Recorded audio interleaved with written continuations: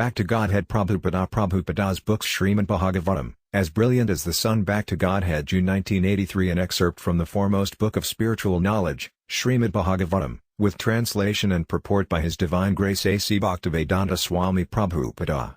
Kursnas Vidamapagit Dharmajnanadi Bisaha Kalau Nastadrasamasa Puranarko Dunodita. This Bhagavata Purana, Srimad Bhagavatam, is as brilliant as the sun, and it has arisen just after the departure of Lord Krishna to his own abode, accompanied by religion, knowledge, and so on.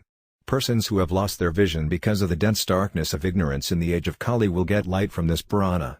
Srimad Bhagavatam, January 3, 1943. Purport: Lord Sri Krishna has his eternal Dhamma, or abode, where he eternally enjoys himself with his eternal associates and paraphernalia. This eternal abode is a manifestation of his internal, spiritual energy, whereas the material world is a manifestation of his external, material energy.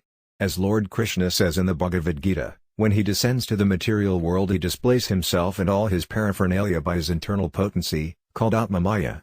His form, name, fame, paraphernalia, abode, and so on are therefore not creations of matter. Krishna descends to reclaim the fallen souls and to re-establish codes of religion which are directly enacted by him. Except for God, no one can establish the principles of religion. Either he or a suitable person empowered by him can alone dictate the codes of religion. Real religion means to know God, our relation with Him, our duties in relation with Him, and ultimately our destination after leaving this material body. The conditioned souls, who are entrapped by the material energy, know hardly anything of these principles of life.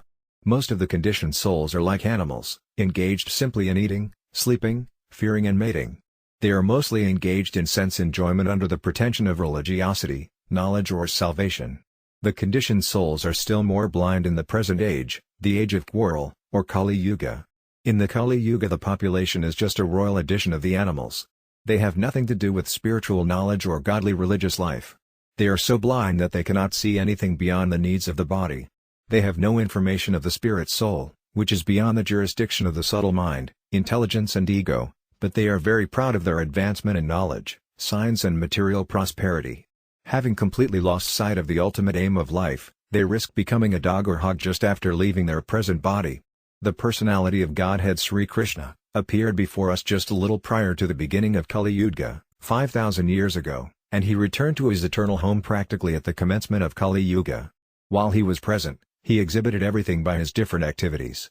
Specifically, he spoke the Bhagavad Gita and thus eradicated all pretentious principles of religiosity. And prior to his departure from this material world, he empowered Sri Vyasadeva through Narada to compile the messages of the Srimad Bhagavatam.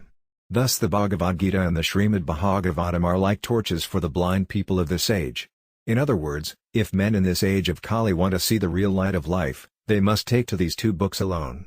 Then their aim of life will be fulfilled. The Bhagavad Gita is the preliminary study of the Srimad Bhagavatam. And the Srimad Bhagavatam is the summum bonum of life, Lord Sri Krishna personified. We must therefore accept the Srimad Bhagavatam as the direct representation of Lord Krishna.